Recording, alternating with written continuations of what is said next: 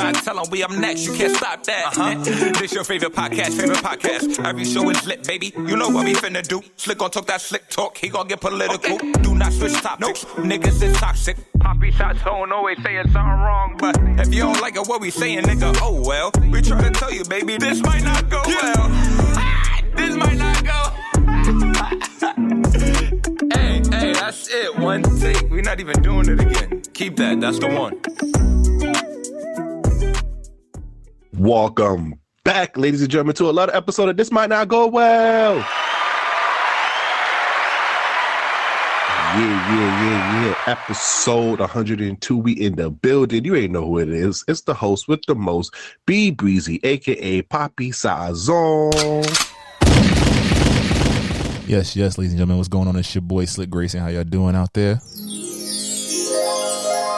You know, before we get started, please follow us on all social media at This Might Not Go Well. If you have any branded deals, business opportunities, please email us at thismightnotgowell@gmail.com. Episode 102. But we came here with a guest who's going to be here for the whole episode, Slick. Yes. We got to bring it. Every time my man's come through, should get a little spicy. We got to bring the toxic commander-in-chief, Mr. Bitches himself, Jamie Toxx. What sound we gonna give him? Hold on now. We gotta give him something. Do it again. Let's do it again. We gotta give him a good sound. We need a dope sound for my man. Do it one more time. All right. You already know who it is. The toxic commander-in-chief, Mr. Bitches himself, Mr. Long Hair Don't Care, Mr. Bearded Up Everything, Jamie Toxx. Baby. Yo, what's good, y'all? Thanks for having me, man. You gotta speak up, bro. Y'all. You gotta speak up. Congratulations. I'm happy to be here. Congratulations on 100 episodes. You know what I'm saying? This is episode 102. Let's pod. Oh, shit. You know what happened when Jamie pull up. It's gonna go real left or real right. I'm hoping your sake is good, my boy. All right, you already know how we do it. We do our weekly check-ins before we get into the bullshit. All right, Slick, how was your week this week, brother? This week was cool, man. Definitely just been, again, adjusting, trying to, take on more responsibility professionally, personally, socially. Still boxing. I ain't quit after a week. I've been doing a lot of shadow boxing classes recently. Still got a shout out to Title NYC in Forest Hills, man. That's definitely a dope spot. I'm about to sign up for that membership officially to get in and hit the bag. But it's been dope as a additional form of physical as well as that mental aspect of discipline and learning a new skill. So it's definitely been enlightening and refreshing for me right now. So but everything cool. How you feeling, my guy? Oh man, I'm sick, Slick. Sick of these bitches and niggas, you feel me? You know who it is. It's Mr. Himmy, Mr. Himmy Hoffa, Himmy Neutron, Him Jong-un, Mr. Himmy like Beanie Man himself, though. But yeah, I am sick though. I ain't gonna hold you. I'm a little tight. A week before my birthday, a nigga is sick though. But I'm doing good though. You feel me? A lot around the sun, but I'm out here though. What about you, Jamie? Yo, I'm chilling, man. I'm maintaining. That's been a common theme for me as of lately. I'm maintaining. That's it. All right. So we there's not that much on this news this week. So there's a few things that I want to talk about first. I want to talk about the Shannon Sharpe situation on that floor against the Memphis Grizzlies. What's your thoughts on that situation of him getting into it with Dylan Brooks and Steven Adams and everything? I think between him and Pat Beverly, they the only dudes on the Lakers with heart right now. I think that don't do that. Nah, if you really think about the makeup of that team, Grizzlies is 0-4 since that happened. Nah, he definitely put a curse on them. Yeah, he definitely put a curse on them. Anything that Skip Bayless love is getting shut down apparently.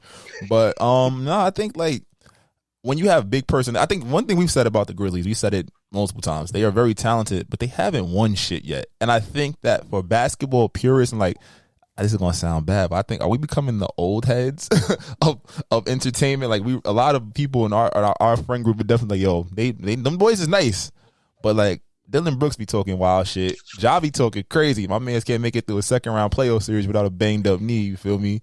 So it's I think Shannon Sharpe probably he took that uncle in the gym role. Oh, y'all not gonna do that to these niggas? Watch this. And it was funny too because they tried to play it off he backed down when Steven Adams pulled up, or not. Shannon Sharpe was 10 toes down, And then the fact that Shannon like Sharp is still jacked. he is, absolutely. He's still in the gym. Like that boy, Steven Adams don't want that smoke. Now, He got that country strength. That'd have been an anime fight. That'd have been like the movable force versus the some whatever object. Like it's not happening, dog. It would have been interesting. But also too, it like, you know, I think again it's shone a light on again the Lakers character, because why the super fans have to stand up for y'all niggas? Y'all getting bitched out here. But it's also like too, it's like you seeing the young pups. I know y'all seen that video that was going around social media of like the little third graders. They was talking wild shit in the basketball game.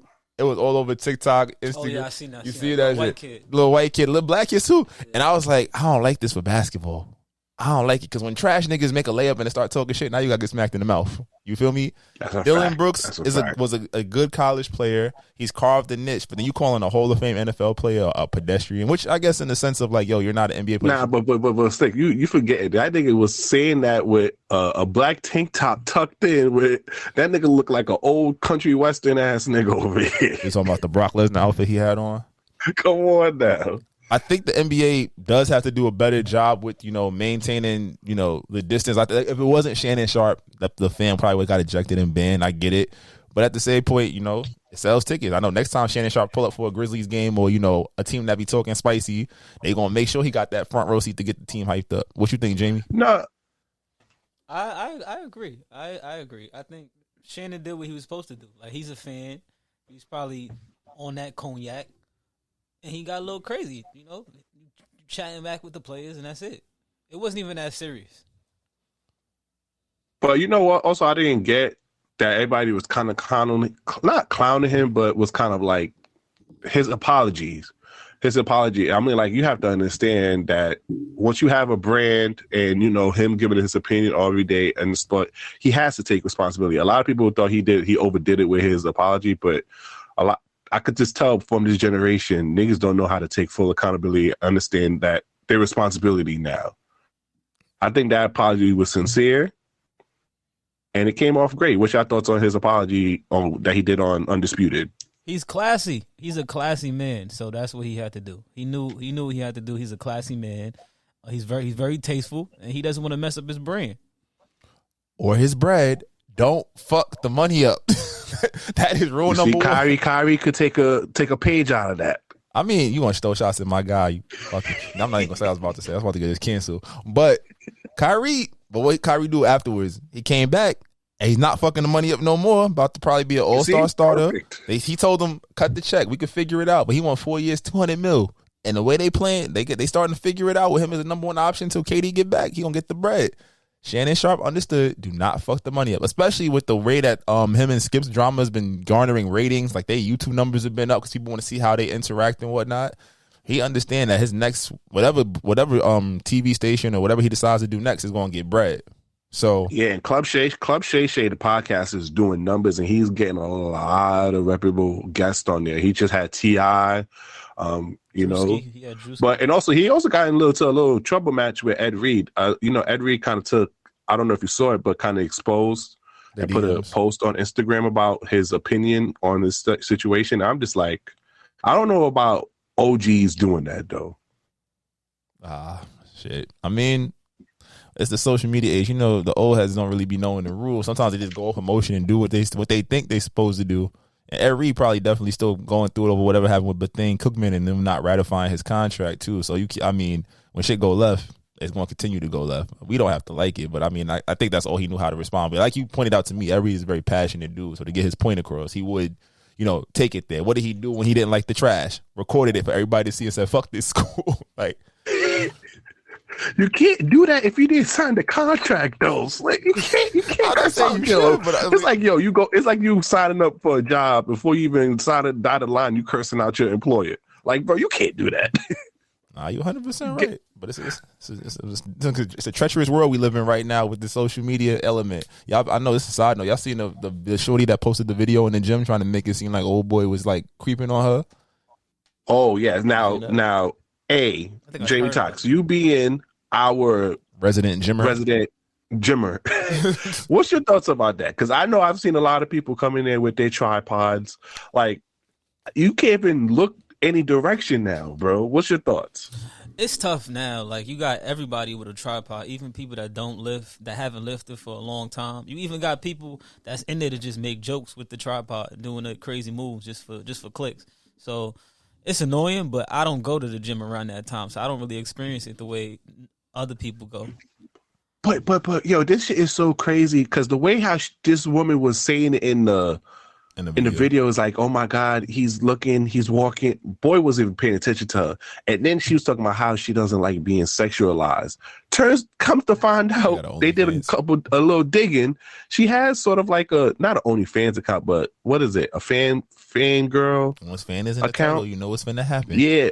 A subscription account, basically a lot of alternate OnlyFans website that she's charging $10 for you to subscribe, and she got racy pictures on there. So I'm just like, you're cool with being sexualized if niggas is paying you, but you at a public gym with a with a tripod and a camera, and you think niggas not gonna look at you? But even such, if you think about social interactions and social spaces, people look. She made it seem like he was trying to like undress her with his, like, and it looked like again, you say tripods everywhere. When you see a tripod with someone holding their phone, what does everybody do? They look to see like what's happening too.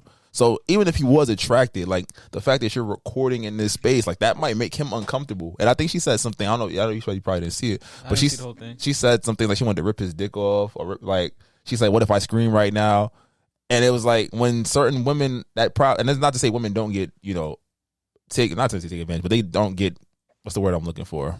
Stared down or harassed. They get harassed. Yeah, they definitely, that's certain. But I think that what she was trying to do was trying to turn nothing into something for clicks. Again, like you said, and that's not what the gym is about. I think there's a guy on Twitter, his name Joey Swole. He has like a dope series where he sees when people do stupid shit in the gym, not just her, but like he talks about like when people record random people in the gym doing stuff that's unorthodox, and he calls them out. I was like, yo, mind your business. People go to the gym to work out, and for the people that are there for ulterior motives, trying to capture that fitness wave and whatnot, it's like you're the problem with what's going on, not just in the gym but in the world right now. Like, you don't want to go have fun and do what you got to do. You're there to try to make jokes or make light of other people, in turn making other people uncomfortable and not want to be in those spaces.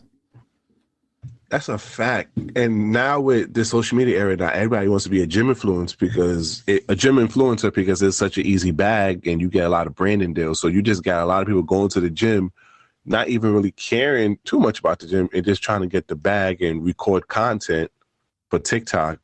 I feel like shit is oversaturated now. Bro, speaking of TikTok, bro, first of all, shout out to my dog Keith Lee. That dude really got like the dopest TikTok out here. But usually everybody's following, like you said, following the trends, following the waves.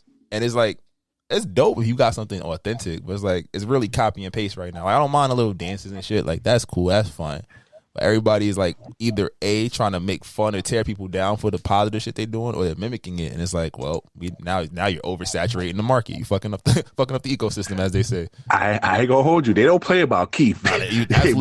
Black TikTok don't play about Keith. I don't know if you saw it, but a lady was trying to insinuate that he kind of fucked up her back because she was like a TV producer and they was trying to come up with a show or whatnot. She never said his name officially in the TikTok video, but she was kind of like comment back and forth when fans was like kind of assuming it was Keith. I ain't gonna lie to you, bro. They tore her ass up. There was videos. They was like, we're not playing about Keith. And you know what's so sad about that too, bro? Because I follow Keith on TikTok and I support his brand. I think he's doing a wonderful job. Like he got like struggling food truck people like $30,000 in one night. He's helping saving business in Vegas. But the sad part about it, and you could tell me if I'm wrong, I was kind of like, yo, I'm not waiting for his downfall, but I'm waiting for someone to try to do something to get him canceled. Because I feel like that's what type of social media trend that we are in. They love to build you up and then try to do something to tear you down. Am I bugging for thinking like that? No, you definitely felt it was coming. I think that, again, the flip side to positive social media and positivity and people having fun is that someone's always going to try to find a flaw in it. But I think that case, that was definitely premature. Because I'm like, when I heard the story, I was like, this is definitely something like, you're probably not the only producer that's going to him. And it's like him going into different businesses, disguise and whatnot. We could have made that up. And shout out to his DMs. And I love the fact that, he didn't come off real, like, sometimes people will get in the spotlight and they come off real disrespectful when they defend themselves. He was very graceful, respectful, had the receipts of everything. He's like, you sent me this on this date. I got the same pitch a week prior to you from multiple different producers, was already in the works, right? So you can't play victim in this sense when we didn't even really like. There's nothing to say that this was your idea or I went through your people, right? And then she tried to backpedal. I'm like, that's the thing. You when everybody was getting on his ass in her comments, she wasn't turning off the energy. She wasn't like redirecting and saying, hey, this isn't a thing. Like, this not him. Like, she loved the attention. And then when my boy was like, yeah, nah, we not fucking doing that, the whole story flips. You follow Jamie Toxx? I do not. You gotta follow Keith Lee, bro. It's the most positive, heartwarming shit you gonna watch. You gonna watch all his videos, bro. When he saved that dude with the seafood truck, bro. Well, we got to give him context. So Keith Lee, he's a MMA fighter, right? And about this time or 2 years ago, he had just lost his contract. He's with Bellator, right? You know Bellator. It's like right under the UFC.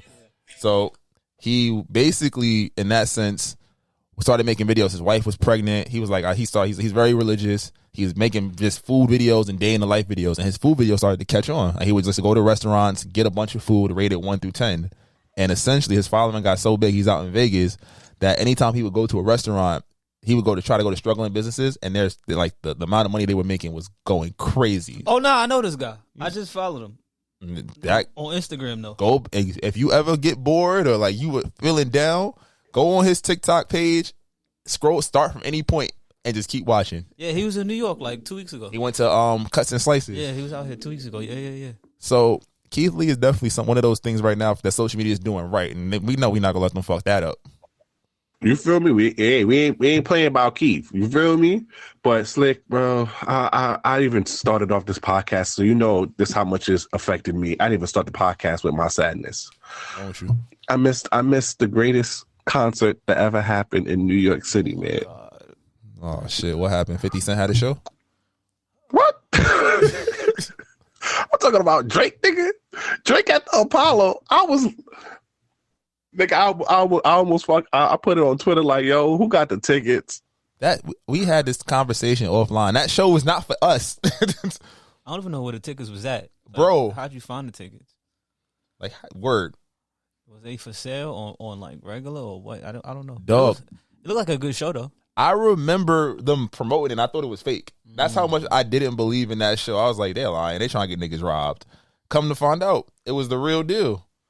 I think the set list was amazing, though. That set list was he started off the set list with Over My Dead Body. He played mostly B-side records, shit that I'm not gonna hear no time soon. Even though he did announce a potential summer tour with 21, but some of these records, Wu-Tang Forever, he's not gonna play Wu-Tang Forever.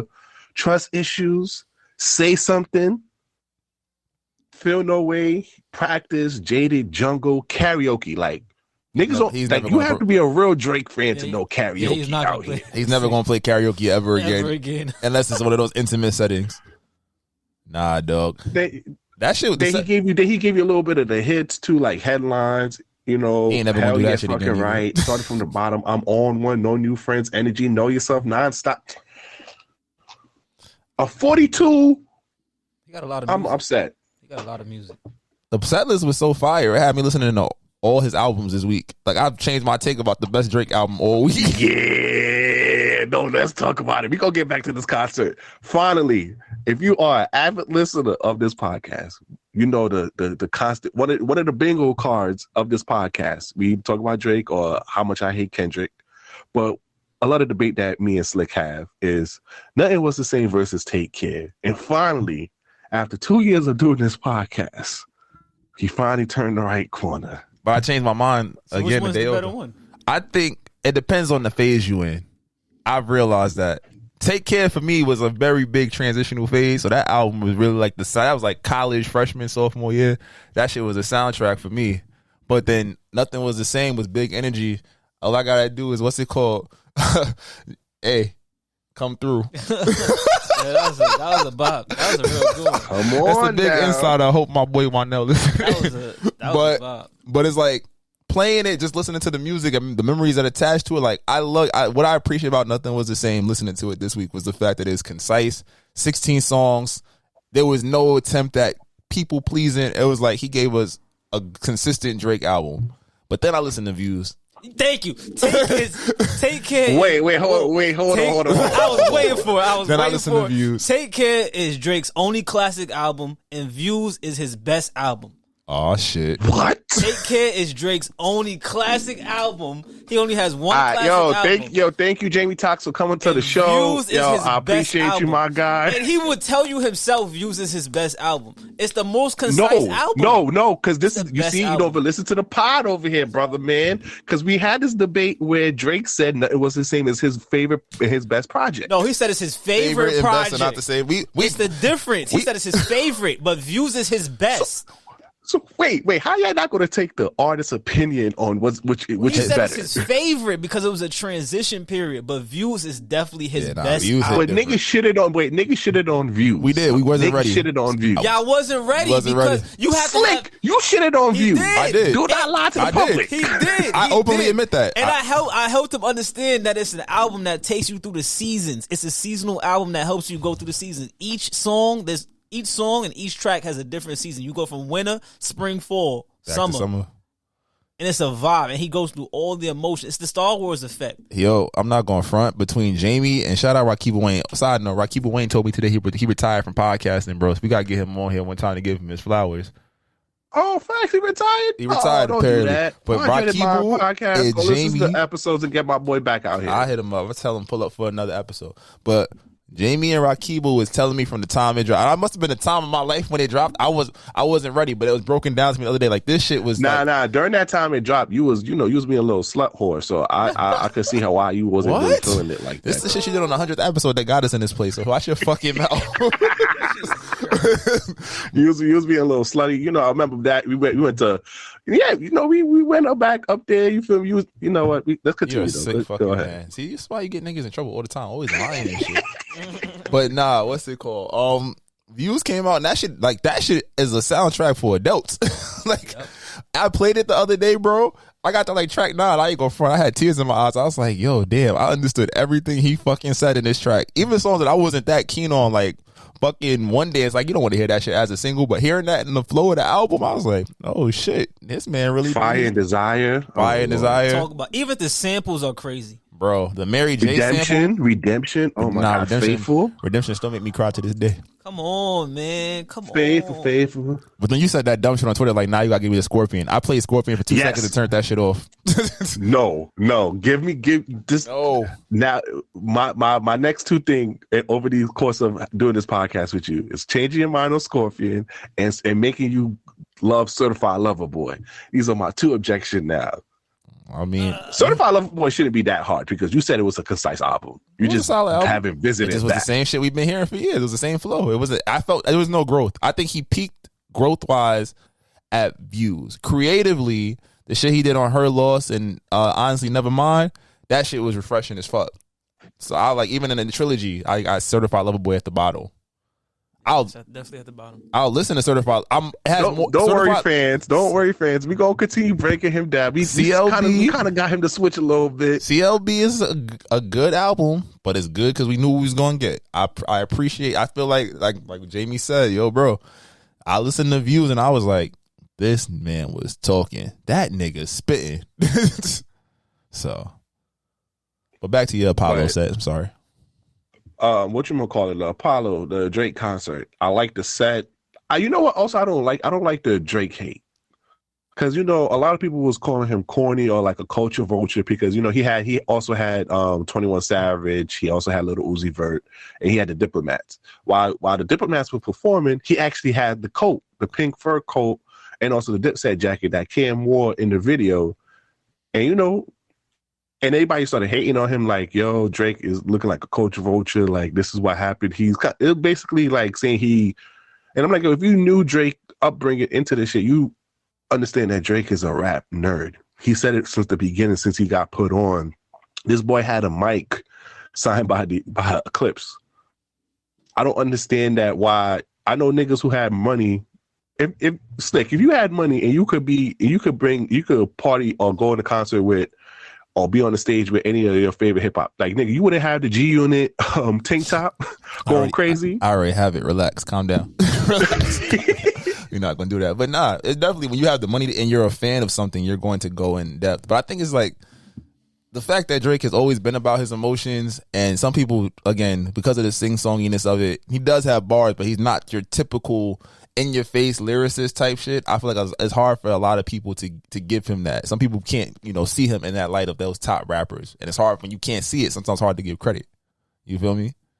And he's easy to hate. Like, let's not forget, he came from Degrassi. Mm-hmm. Like, he's a Canadian man from Degrassi. Like, that's what we know him as. So he's easy to hate. It's like, but he got dual citizenship. He kind of Memphis. Memphis can't take him in. You feel me? It's like entertainment nepotism. He came from the entertainment industry, from Canadian TV, and everybody already had love for him, and then he transitioned to this, and they just let it happen. They don't like it. Oh yeah, but that concert was amazing. My boy got Ice Spice in there. You feel me? What type of nigga fly the shorty out, clip, and then unfollow her and diss her, and then bring her back out there? Nigga, the GOAT. You really have light skin admiration. Shut the fuck up. Let's talk about it. But if you really want to talk about it, Drake is how old? 33? And she's like, what? All right, okay. Yeah, exactly. We so can have this conversation. That's what you could go bag a Nia Long. She's single. Omarion on that, your twin brother. Omarion on that. I mean, you seen the way she grabbed his head? Grabbed his head. Terrence J was ticking. Terrence J on it too. Everybody on it. They's like, oh, you outside? What's up? I've been waiting for you. I told Slick, he over here with Salah Lathan going crazy. I'm telling you, Nia Long is where it's at. He don't want to listen to a nigga. You feel me? I just said I felt like Nia Long. I thought Nia Long was probably annoying back in the 90s. She's still fine as shit. I love Sanaa, but I'm Nia Long though. That's crazy. I keep getting. But I do. Wait. We didn't ask Jamie. Wait, quick. We don't have to stay too long on it. Fuck Barry Kill. You listened to a previous episode. Nia Long, Sanaa Lathan, and Megan Good. Which one? Real quick. Megan Good. Megan Good's getting fucked. Nia Long is my wife, and Sanaa gotta go. Damn. And that's what I did. You see, this is why I fuck with you. This is not the way I saw this episode going. This is not going well at all. Yo, talking about going back to my nepotism shit. You seen that shit they were saying about Puffy's son? That he wouldn't get this many chances if he wasn't Puffy's son? That nigga get a classic. Oh yeah. That nigga get a classic sample every 6 months and fuck it up. Which son, Chris? Which one? King Combs. King Combs. I was laughing. I was like, there was the big conversation on social media about black nepotism and how we don't really use it properly. But then when we do use it, it's like the kids be ass and niggas get on their ass about it. I was like, damn. He not yo, that bad, look at Brownie. Niggas, they saying how it's hard to recruit him. I'm like, of course, because you're not gonna prey on him like no other black athlete with their parents not around. You feel me? Like, I don't blame niggas. Nah, the shit they said was wild though. Niggas said you got to call on a Tuesday or Thursday, go through the publicist, and then you get them. I'm like, that's lit. They was like, we not playing this shit. And Bron said it himself. He said, my son go to any college he want. All I gotta do is make a phone call. That's some lit shit. It's true. Who's not going to that? He going to donate to the school. You going to want LeBron to be on your campus. And it's the same thing when he get to the league. Let them say Bronny got a smidge of NBA talent. Bron like, yo, y'all draft him. I'm pulling up. 2 years, say less. He got that opt out after next year too. So if Bronny is draft eligible and ready, and if he needs another year, he'll be like, I can stay in LA for another year. We make it happen. You feel me?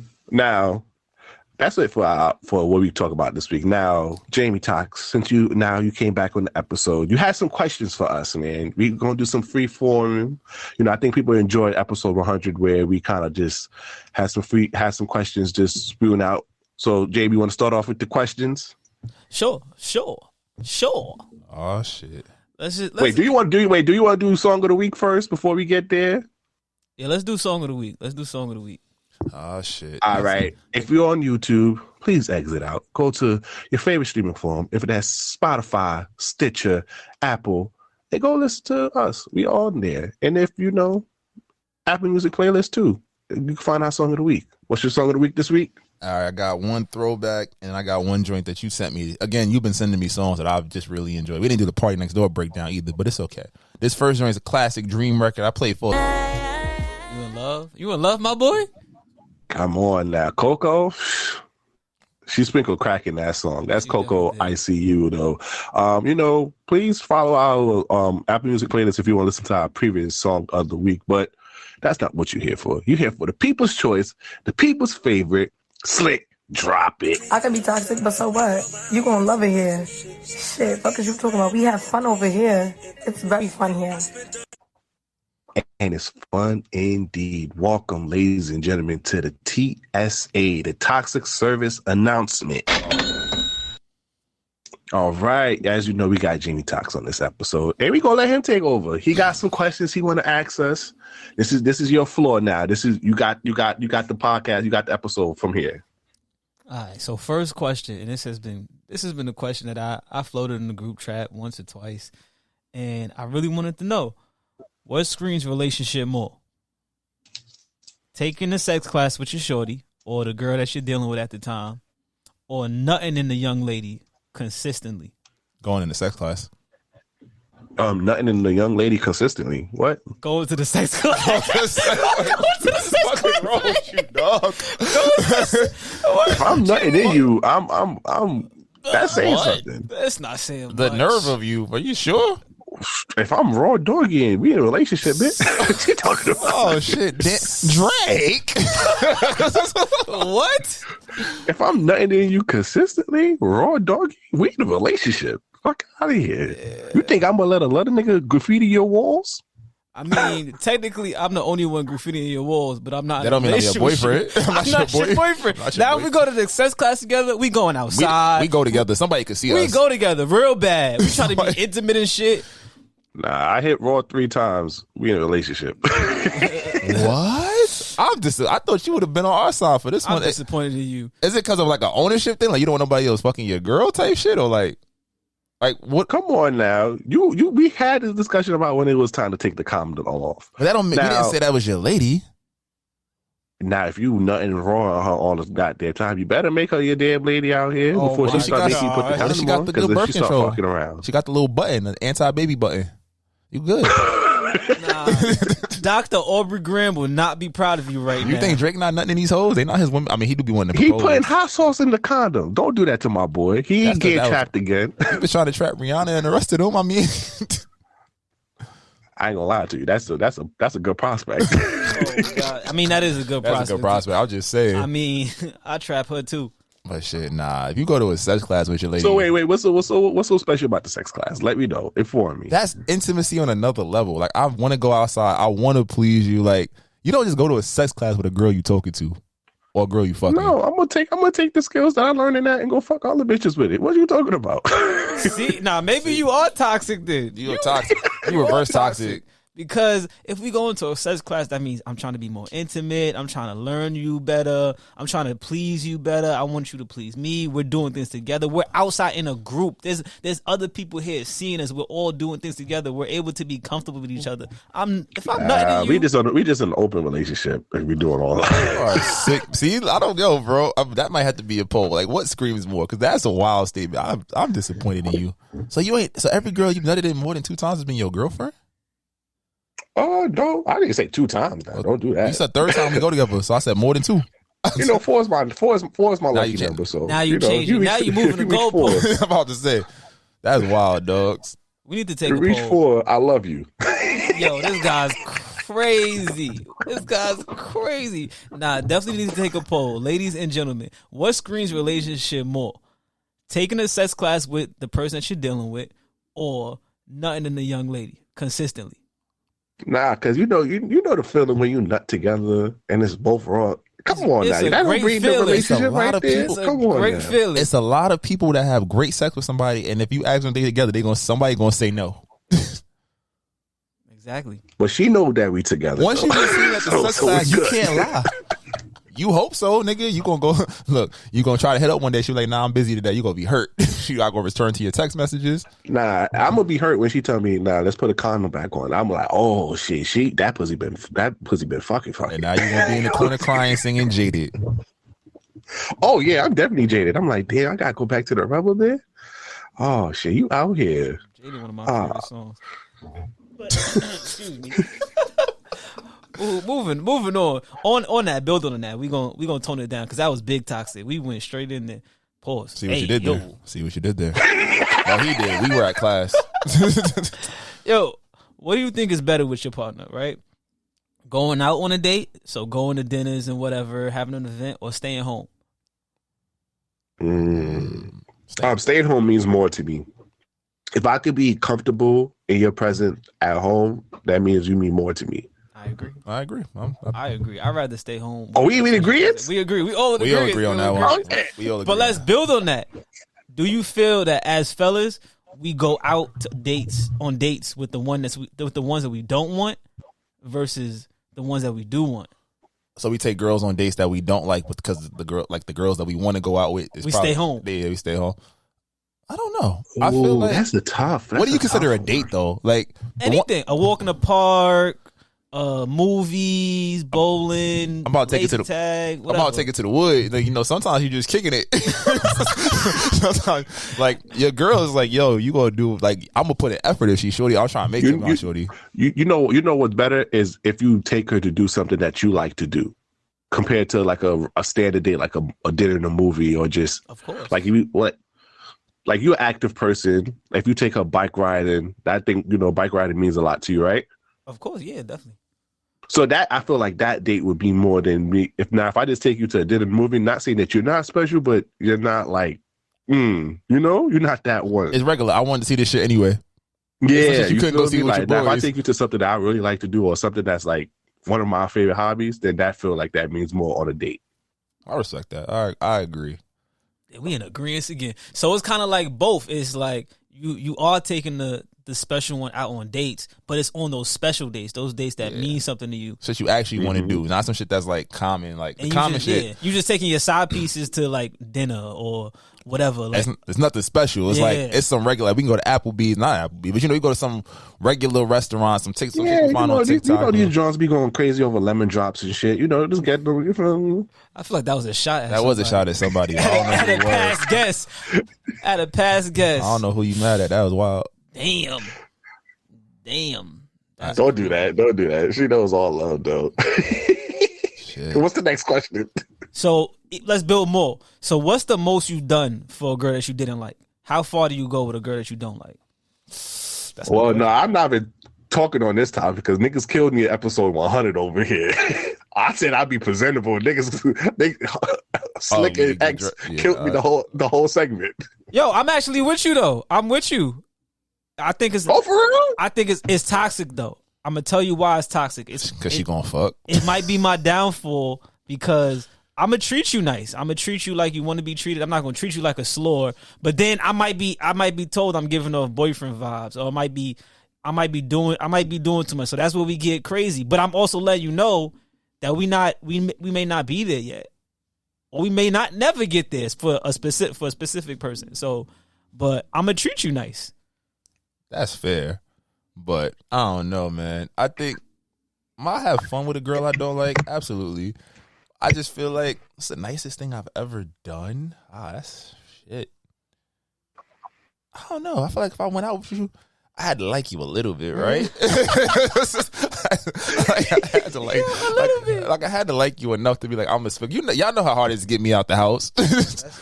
So but I'm talking about your younger years, though. I've been that way since we was young. Yep. Jamie has known me since we was 12. Yep. I've always been tough to get out the house. So if I'm going out with you, it's like I gotta like you a little bit. Your personality gotta at least be alright. But for a girl that I probably didn't see a relationship with, probably the biggest thing, I don't know. I'll spend all night. You gotta feed your hoes. Come on now, like they get hungry. See, look, it's like I'll spend we could just go out and do some regular shit, but it might be like a series of events. Like you spend like all night together type shit, not on some like sexual shit. Like go to a date, go to a party, go get food, like just walk around, like kick it. Like I'll spend time with that. Like, cause it's like if you fun, we gonna have fun. But it's like it's a difference for me with you being fun. It's something I want to settle down. I want to come home to. And I think that's always been my steez, even as a youngster. I was like, if I can't see myself wanting to spend time with you inside the house, outside of just trying to fuck you, it's not gonna work. Oh, that's a fair. I agree. But it's like I would that kick it with you and spend time with you and just like be around you type shit. Yeah, but for me, it's if I want to talk to you. If I don't talk to you, then just know I don't really feel you like that. If I'm not getting intimate with you, actually telling you things, then just know I'm not feeling you like that. If I'm actually talking to you, if I call you and I'm on the phone with you, not just texting you, I'm feeling you. Like I'm trying to get to know you. I'm letting you in to know about me. So that's how you know. No, that's real shit. That's real shit. Because I think like that's something. A lot of times people get caught up in the idea of people. So just the fact that you are interacting in those small, you're not realizing. Oh, hey, what's up? How's your day? What you do? Boom, conversation dead. Want to see a titty? Like you feel me? Like once like you really look at those surface level interactions versus like, oh, I'm actually genuine. Like, what you doing? What's your hopes and dreams? Like real shit. Those conversations matter a lot more, and that's how you can kind of tell who's fucking. Even though some niggas do be fucking up the ecosystem because they say, oh, that shit just to pipe, and then treat you like you nobody again. Definitely. Niggas definitely do use those cards. Like, I'm gonna fuck her. Ooh, I'm gonna tell you all these things you want to hear, and then afterwards, yes, yo, fellas, stop selling dreams out here, yo. Y'all fucking up the ecosystem over here. You got these girls jaded. Now they standing with the hoes, and we can't tell the difference now. that's how you going through it, my boy. Nah, remember that video that guy that we played a few episodes it's dead facts. Like, yo, the regular girls are standing with the like. Everybody look like a hoe. How I'm supposed to tell? That's what he said. Baby. Facts. You feel me? Like we, as fellas, we always knew there was those, girls that be tricking and finessing niggas. We know there was always those girls from the beginning of time. You feel me? Being a hoe been there since Eve ate the apple. You feel me? This man, we know those type of being a hoe's been there since get go. But now all these girls being jaded by you niggas over here. Now they standing with the hoes and now they trying to finesse niggas now.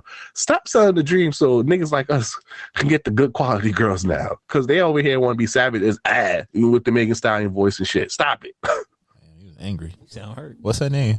Word. You was just in love. Man, it started back. I'm fucking with you. It was that white girl. Oh. Don't do that. You see that? Look, you see? Which white girl? This is why I do my shit. It's multiple white girls. Jessica. Karen. What? I never fucking know a girl named Jessica. Like, I don't know your white girls. I didn't know you didn't back then. Next question, Jamie. I mean, since we talk about fucking white girls, how many partners have you had in a week? In a week? How many different partners have you had in a week? Probably like... This might get somebody in trouble. No, I think mine might be 3 or 4.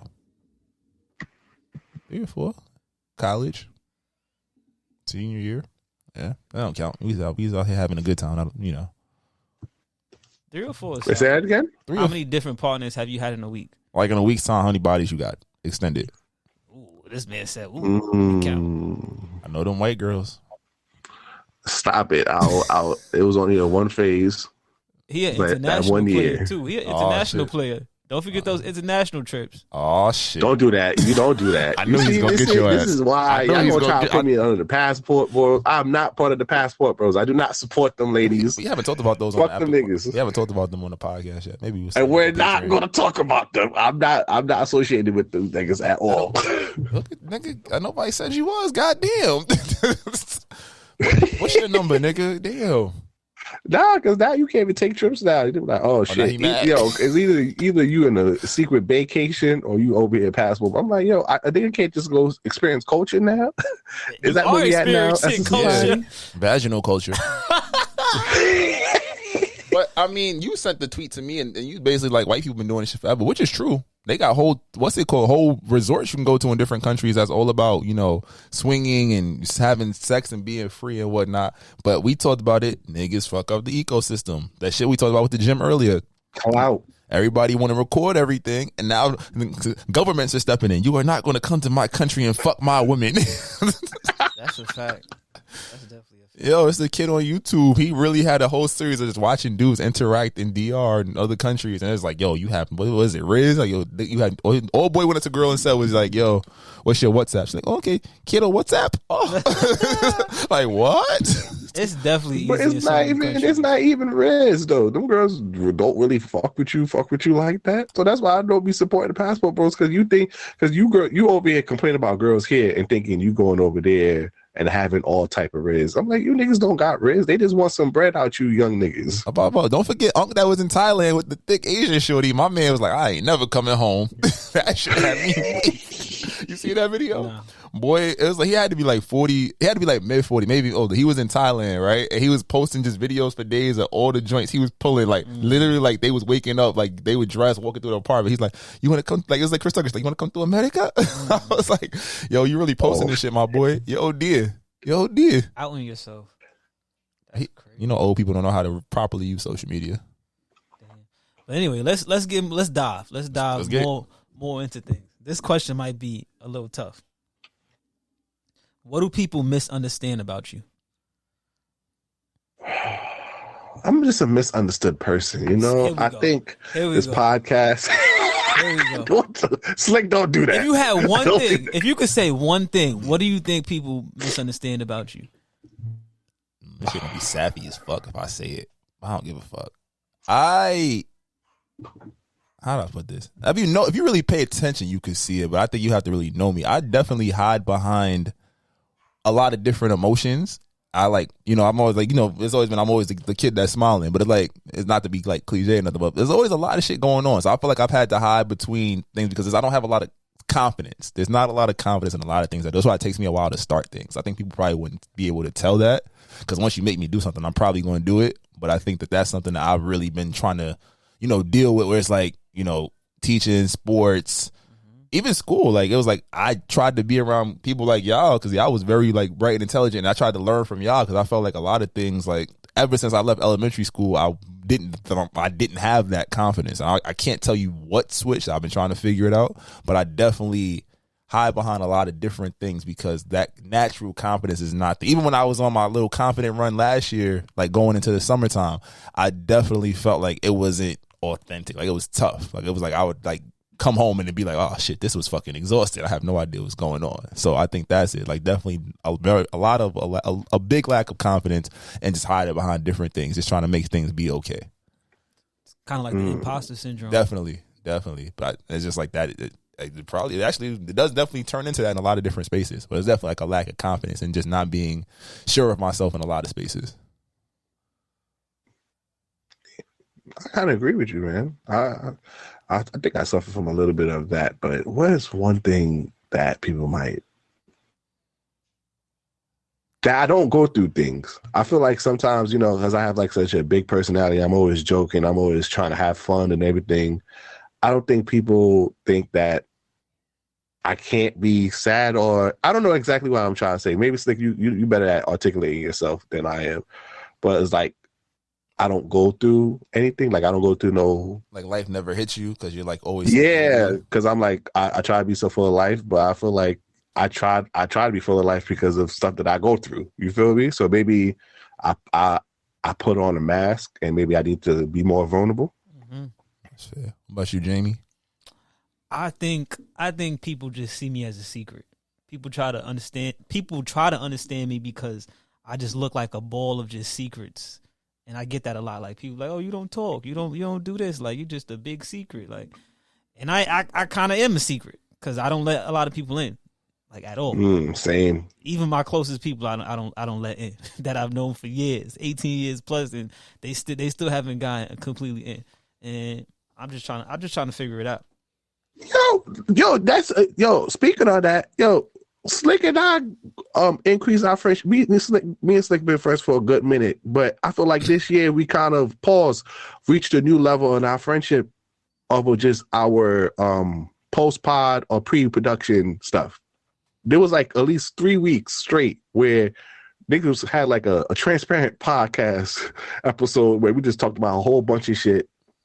We would never release because it had too many infos in it, but nigga, we was really over here giving ourselves some therapy, and I think that we went through a new level of friendship. Like, me and Slick always been close and cool, but I think we really kind of like reached a new depth in that. And I think I'm trying to be more. I feel like I said it a lot with Dr. Asia Jones.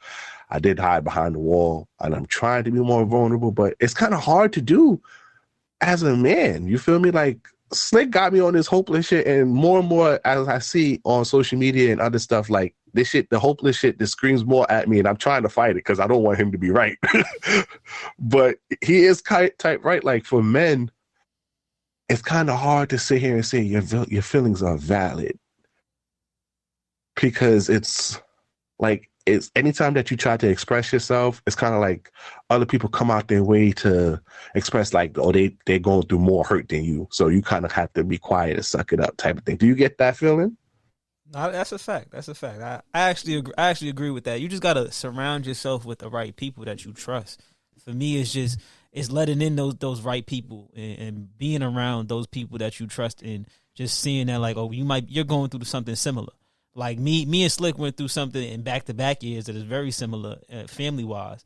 So we have that understanding from each other. So it's just understanding to have those right people around you that you really trust. It's just about trust. 100%. And I think, like I said, we've known each other damn near 18 years at this point. And it's like we've had our on moments and our off moments, but we always come back to it because we understand like the balance of how each other works. And it's like we had a time in college, we was close, but we wasn't as close as we used to be. And we just talked it out. But we still went through our daily routines of like how we knew to be there for each other until one of us was ready to open up and discuss it and understand where the other person came from, right? And the same thing with you and me. Like last year, we was going through a lot of shit. And I think that it allowed us to kind of come to a place of like, you know, as a men that and therapy should help, but it gave us the tools to communicate with each other and just say, oh, this is what it is. And going back again, being able to have even in the toxic session, talking about this shit. We talk a lot of toxic shit. A lot of shit goes on. We have our opinions, but that's because we've created this space where men and women, we allow women to come in as well and have our conversations and talk their shit and get their points off, but also understand what you're going to bring to the table is validated.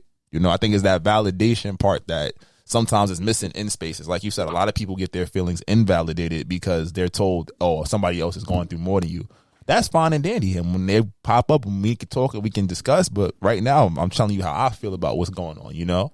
And that's what I think that's part of like, again, that manhood that we're all establishing that, yo, like our feelings do matter, how things impact us do matter, but we also are learning how to share that. And that's why I say the hopeless shit, if you're going to exist in this current generation, it's tough. You know, so that's a good ass question. I try. But to combat that, what's some self-care that you can do, or that you would tell other young men or even older men? Because some of these older men, they need to hear what's these self-care options. What are some options that you would tell people to combat this feeling of hopelessness? Go to therapy. Oh yeah, therapy. Disconnect. Find a hobby that is truly yours. Try new things. I feel like every year I try new things or add more to myself. Like I still do yoga. That's something that I added on since the pandemic. I mean, I've been doing yoga since college, but it's been off and off. But since the pandemic, I've been doing it a lot more recently. And then sometimes on the weekend, I just disconnect and trying to have some more me time. I think you got to assess the spaces that you're in as well. A lot of the spaces that you're around conducive to you growing and managing yourself, because you could have all of these outlets and stuff, but if you're going back into those negative spaces, it's going to be tough because you're going to still get those reminders of what's plaguing you, right? So just making sure like family, friends, work, whatever, are these spaces conducive? And if they're not, and you want to still keep them around, how can you make them conducive? Which comes to the communication. The yoga is dope. I think right now the cool thing about using social media is that you can definitely look up for as much negativity and like as much as the trendy shit they throw out there. There's a lot of like resources out there for like, oh, you want to get into, like I said boxing. Like you want to get into boxing, sign up for ClassPass. Shout out to my girl for putting me onto that. Get to go to free boxing classes for a month or free classes that are in the health space. Or you like working out, but you want to try something different. You like photography. Like there's so many people that are putting you on to things of how to do them in different routes. I think taking that time to really, you know, figure out, explore those things that you could like or you've thought about liking. Like when I picked up a camera, I wanted one in like 6th grade, never thought about it again until I was like 24. And that was something that makes me a little bit of money on the side, right? So just being okay with trying out new shit and going back to that therapy. And write stuff down. I feel like also writing your emotions, because I keep like a emotional journal sometimes, and even though I don't log into it like I'm supposed to, but just kind of dating yourself with your emotions so you can see and overcome situations. So because sometimes we get overwhelmed with emotions that sometimes we don't know what emotions that are that we're going through. So sometimes write it out, take some time, you know, learn some breathing techniques, just be more in tune with yourself. Because I feel like now in this space that we are in now, it's easy to get stuck in a place and get reinforced with ideas and never learn something new. So you always just gotta try to balance. And it's hard as hell. I'm saying all this and it's hard. There's gonna be some days that you're gonna, you know, fall, but you just gotta pick yourself back up. You feel me? That's real. What you think, Jamie? What you do for self-care? I'm in the gym. That's all I do. I'm in the gym. I am in the gym. How you lying? You read? I read, you know, I read a lot of books. I read a lot of books. I collect books.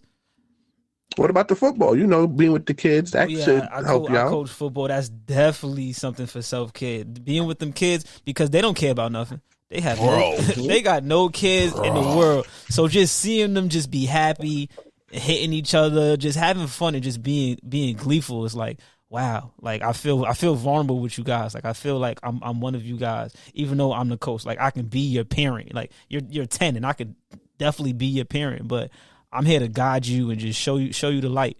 So that's definitely a good self-care. Books. I collect liquor bottles, which is very weird, but I like liquor bottles, so I collect liquor bottles. If you see a dope liquor that you think I would like, preferably a black-owned brand that's made by a black company liquor, I would definitely purchase it. Shout out to my girl Abby Sola with her whiskey. Great whiskey. Yeah, and that's about it. That collection piece is dope, because I know one thing last year when I was going through it, I got into colognes. And it was like every couple of weeks I was picking up new bottles, or going to Sephora and trying to see what the samples was. And it's like even now, like I got a hit list of shit I gotta get. But it's like you get to see not just like the mainstream, but you get to see like the duplicates and stuff like that. And you realize how in depth that industry goes. Like collections and hobbies of that sort, definitely dope. And especially if you're trying to like just not say distract yourself, but if you need to like step away from your reality, those things are so fun to get into. So. And I collect sneakers. You damn sure do. It's a bad habit, but I definitely collect sneakers. Expensive ass habit. And then tattoos. Y'all know about my Look tattoos. at that. But he went from I go to the gym. He had like 9 things on his list. Yeah, you feel me? He only trying to get away with one. Stop being a secret. See? You see? But I'm talking because I'm comfortable with my guys right now. So I'm able to open up with my boys. But so this question is directly at Slick. And he said he brought it up because he said, his girl got him into XYZ. So the people want to know, because you are the resident person in the relationship. In the group, yeah. We want to know, how did you get your girl? Help us. How did I get her? Because I'm single. It was... you said this on this pod a lot, right? You have your plan. But it was like, I do talk about my thing with the, what's the terminology for it? You have a plan, but she's been around for a while, she must be special. She's definitely special. But I'm saying, he's talking about how I set it up. He's talking about how I got her to like me. That's one of my favorite stories to tell. Let me hear it. It worked out because we worked together for a while. But I was like, it wasn't on some like, it was like first I was saying like, something interesting about it. So as we spoke, like we weren't in the same group or whatever, but as we spoke, hit and miss, I was like, something about her energy. Because he's like, you can always see a pretty girl, like a bad joint. But I think she was the first like hyper attractive woman I ever met that wanted a lot of things that I hadn't really heard women talk about that looked like her, if that makes sense. It's weird. It's like, I think that's what it drew me in. And we just hung out. We built a genuine friendship. Like, I think that's my shit. If I like you, I'm trying to be your friend. Because even if the romantic shit don't work out, we could be cool. You feel me? So I think we were just cool and hanging out. And I told her, like, at a point, I was like, I know you dealing with whatever you doing. She'll deny this forever. But I was like, like, I like you. And I'm like, I'm doing my thing, you're doing your thing. But I want you to know, you say the word, it's clipped. And then, we went through some hard times. I think as a man, one thing that is difficult is that when you want something and they're, not quite ready, they're not giving you that attention, it's tough. It is frustrating. So I think I got to a point where I was just like, you know what? I wanted to show her how special she was to me, but I also was like, okay if it didn't work out. We could be cool, we could be whatever. So I call it the grand gesture. I made my grand gesture to her like Valentine's Day weekend, like 2016, it had to be 2016. And then it's just like, I just saw like the energies lined up. And it was cool. I think that one piece of advice I could give is that love is an emotion, which means that, some emotions can change. Not saying you fall out of love, but the feeling of it will not always feel like those highs aren't always going to be as high, and you will hit some lows that feel low as hell. But it's just like it's a choice you got to kind of make, and I think that's like the biggest advice to like not just starting a relationship but maintaining it. Because I think that's a lot of times we're pro, and right, especially right now, we're programmed like, this shit annoying right now, I'm out, and I think that's detrimental because our grandparents didn't dip out, the generation before was really like the first one that really you started seeing people, break out and not try to be together. But I think you got to really like, how do we work through this? And some things you can't work through. That's a fact. Sometimes you do got to say something, but you got to put your best foot forward. I think that me and her definitely try to put our best foot forward, like in our time together. I think that's the realest shit I could tell y'all. But definitely the grand gesture, that's a move. It's like undefeated. So what's your game, B? How you gonna get him? Oh, me? Yeah, you. How you get him? Oh, shit. Put me on, man. please. Help me. I can't help you, my God. I need help. I don't know, man. We in this generation, man. where I just don't know, bro. It's so I can't even explain. It's so like it's so Everybody's trying to catch iffy. a come up. Everybody's so iffy. Everybody is trying to protect themselves while trying to at least get their lick back. And it's kind of like, damn, who can you be vulnerable with now? And that shit is tough. Got a nigga feeling hopeless. Damn. No, but I still have hope that I'm gonna find the right one. Like, I ain't gonna hold you. I at first, when I started seeing the gender wars on Twitter, it was, it was kind of disheartening, because I was like, damn, niggas got to make this much, that much, and all this stuff. But the real girls are starting to come back now. So I'm gonna find me one. You feel me? Slide to my DM, Brezzy_Poppy, on IG. You feel me? Come on now. Here, dog. Yo, I actually think it's easier than you make it seem, to be honest. And that sounds very, very cocky, but I mean it in the most humble way. That since the pandemic, I feel like the women are in control. Like, they want it more than we want it. Like, they will tell you if they're just trying to fuck off the rip, or they will tell you if they want a relationship. They'll be more open. You don't really have to give that super energy and just have to really go to somebody. They'll let you know because of the pandemic. Like, there's so much women in the world. It's less guys, and it's less good guys, and you're a good guy. This nigga, all right. But no, the thing about it, now let's talk about this, because I've been seeing this a lot on about that video on social media. Is not a lot of respect for men these days, which I don't blame them, because we kind of get brought up into the patriarchy thing argument that get thrown around a lot, but there's not really that much respect for men. In what way? Like, you feel like they don't, like, a lot of people don't know how to respect men? Yeah, and they don't want to even listen to us. We can't even have preferences. You can sit here and say you want your girl to be in the gym or a flat tummy, whatnot, and they will crucify you for that. Who's they? The public. Who gives a fuck?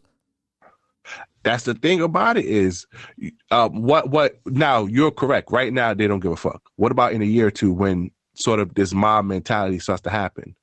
I don't give a fuck. Because this is what's going on now. A lot of 3 years ago, before the pandemic, niggas wasn't talking six figures, niggas, all this time. Now all of a sudden, this shit started spreading around through different ways. Everybody's, I need my man to make six figures. Not knowing, not being realistic with some of the stuff that goes on in this world. I think they say that, but I don't think they mean it, because I will tell you from experience. So you saying girls are cap? Yes, big cap.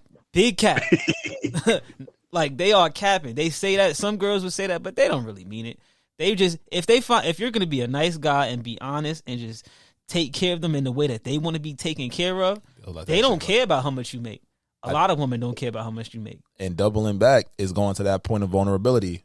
If the nigga got the bag and everything, it's like, all right, they're basically saying, like, I'm not gonna give you all of my emotions, but if you taking care of me, we can make this shit work. It's like you might not get that depth of love of a relationship, but they're just trying to. It's a protection mechanism. Look at Tyrese and Baby Boy. He had nothing, and she still ended up with Boy, and he had goddamn nothing. What she gonna do? Snoop Dogg? That nigga was bony as hell. She was gonna do it. She was gonna do it. I bet you if they made a remake, it'd been some light skinned curly hair nigga at her job that was trying to fuck her. or his mama. His mama was with old boy, and he was just sitting on the crib, but he was definitely taking care of her. He was definitely protecting her. And that's the shit. It really just depends on what you really at. I think, again, that vulnerability, that inability to be vulnerable, that's where you really see, like, that's where a lot of this shit came from. It's like, oh, niggas is going to cheat anyway, so I might as well, if the nigga going to cheat, at least let them have money so I can live this extravagant lifestyle. You feel me? Yeah, we can't. I just wish we couldn't just have open and honest conversations without, because sometimes even having a conversation on here, we hear it. Sometimes we get feedback from our female listeners. Oh, you hate women? No, I don't. Just because I criticize something that y'all do does not mean I hate y'all. You know what I mean? I'm just giving you my point of view on certain thing. I'm not calling for all hate for women or anything when I give my opinion. But which ones are you criticizing though? Like, because the woman that's probably coming for you, they don't believe in all that social media stuff. Like, it's cool on social media. Like, I might post a pic on social media doing X, but they know I live my life like Y. Because it's just social media. It's fake. I'll say it's an image. Yeah, it's just for fun and games. No, I understand that, and I'm with you on that. But I think what I'm feeling to say is that for right now, you can live it this way. But as time goes on, this mindset is going to slowly cover the whole planet, type of thing. That's what I'm saying. Right now is no problem, and I think right now, fellas, grab your girls right now. Exactly. That's what I'm saying. Grab your girl in right about now. 5 years, I don't know about the mindset because it's going to rule over everything. I mean, sure. Grab your girl right now. I mean, I have a little sister, so she's gonna be part of that 5 year whatever, wanting whatever the case may be. That's on her. But for the girls that's right now, the girls that are in our generation, I don't really think they like that. And it all depends on what you want. If you want that hot girl, social media girl, then you have to deal with those problems. You got to deal with those problems. But we just said that they stay next to these girls. I just said that earlier. They stay too close with them. This might not go well. There are women that say that are not that. They're just reiterating the points. So you telling me I shouldn't take women's word face value? Nope. Ignore the fucking shit. Do you not hear how that would sound? And I bet you a couple girls who listen to this section was like, "Oh, y'all niggas was doing so good until now." You never told a girl she was lying when she said some dumb shit. When she said, "Oh, these girls always lying." You never told like, "You're all right." You're wilding out now. Keep it going. Let's go. You never done that. That's when they respect you. When you tell them like, "Yo, you're full of shit. Like you're wilding. This isn't you. You're on some dumb shit right now." And a lot of them is like that, man. A lot of them in that group. That's with the slores or whatever you want to call them. They chill. The Hoe-Meleons? Yeah, they chill. They just Hoe-Meleons? Oh nah, I think that's the name of that episode. They just want a guy to take care of them. Mm-hmm. They don't care how much you really make. They just want a guy to take care of them. And if you have ambition or some type of dream, some type of goal. That's a fact. You can't just be. So you can't be comfortable where you at. Yeah, you got to be doing something. Like if you're working at McDonald's, let me see that you're working at McDonald's and you trying to work towards a degree. Because sometimes we be job shaming, we be money shaming. People be money shaming guys and girls, like the girl that's working at McDonald's, but they don't know that she going to law school on the low, and in a couple of years she about to graduate, and now she making more than you. Absolutely. So this don't take women for face value what they say. Then no, that's exactly what you're saying. I'm telling you right now. We say this. And a lot of women will come here on this next episode and be like, "Oh, what you mean? Don't take women? Try it and see what happens."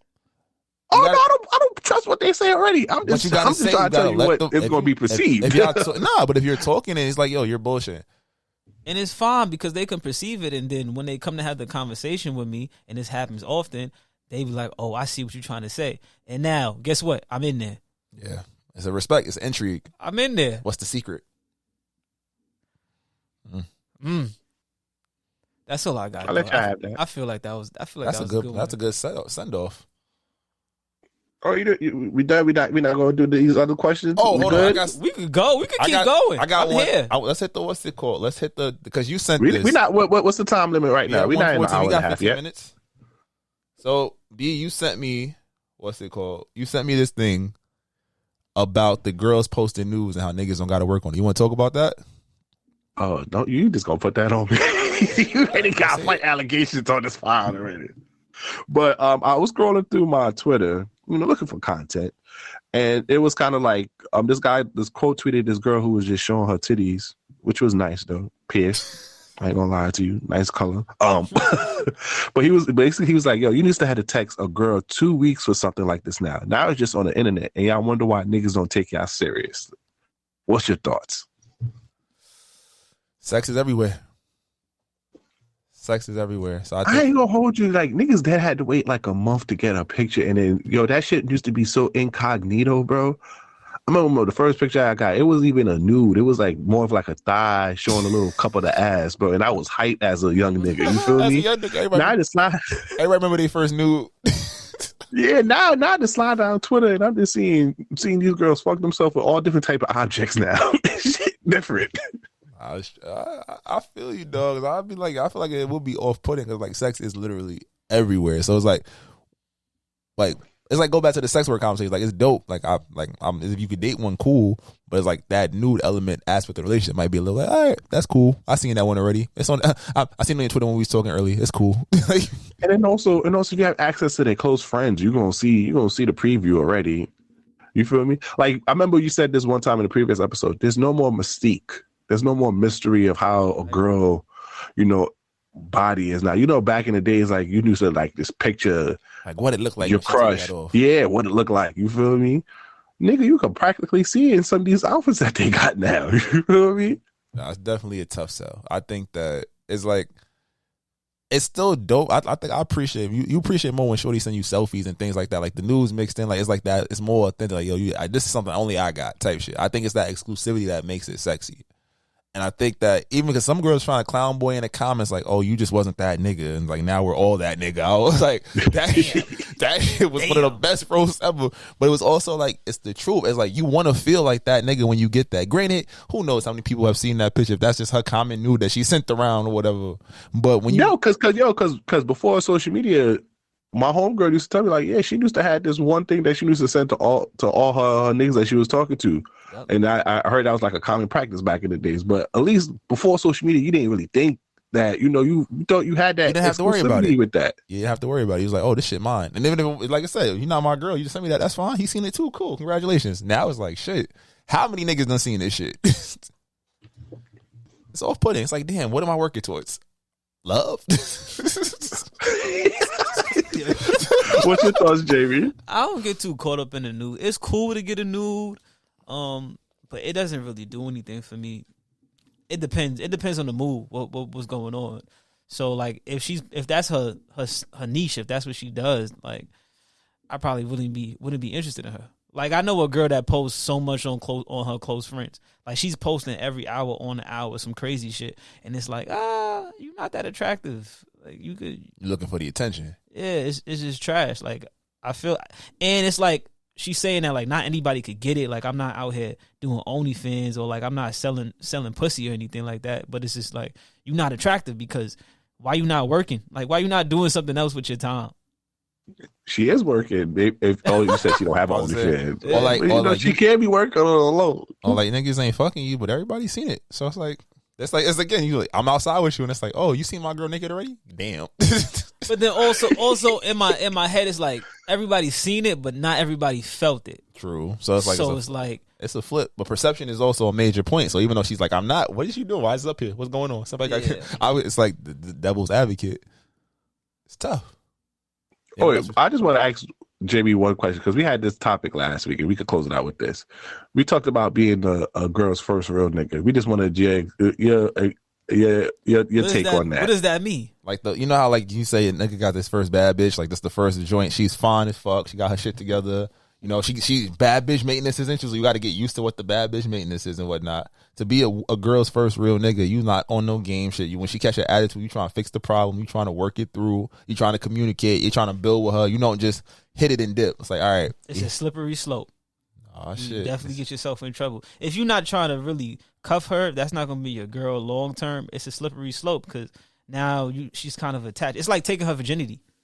Like you taking her real nigga virginity. Because she's never had somebody treat her this well. She's never had somebody not want to sleep with her. Like, you not touching her in a sexual way. You not making these passes at her. You actually trying to get to know her. So now, not even engaging in the toxicity with her. Yeah, you actually trying to talk and trying communicate. To enjoy her, and like you trying to put her on the game.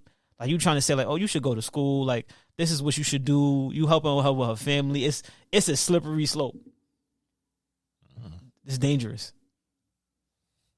Shout out to the niggas out there, you feel me? You know, and soldiers in the war, you feel me? We be trying. This nigga said he be trying. Look at this, man. All right, you want to give them your social media to follow?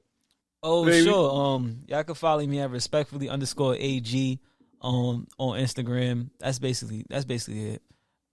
Shit, man. Great having you, brother. You know the vibes. Oh, and if y'all got kids, 8 to 11, and they want to play football, I am a football coach. I do run the offense for 8 to 11 for the Rockaway Ravens. So if y'all have kids that want to play football or even basketball, we could get them right for that too. Come holla at me, respectfully_AG. Oh, facts. Definitely put your IG in there. But follow us on all social media at This Might Not Go Well. If you have any branded deals, business opportunities, please email us at thismightnotgowell@gmail.com. I'm the host with the most, Brezzy, aka Poppy Size Zone. It's your boy Slick. We out of here. We'll see y'all next week. Peace. It's a cow. Just take the beats. Try to tell them we up next, you can't stop that. This your favorite podcast. Every show is lit, baby. You know what we finna do. Slick gon' talk that slick talk, he gon' get political. Do not switch topics, niggas is toxic. Poppy shots don't always saying something wrong, but if you don't like it, what we saying, nigga, oh well. We try to tell you, baby, this might not go well. This might not go. Hey, that's it. One take. We're not even doing it again. Keep that. That's the one.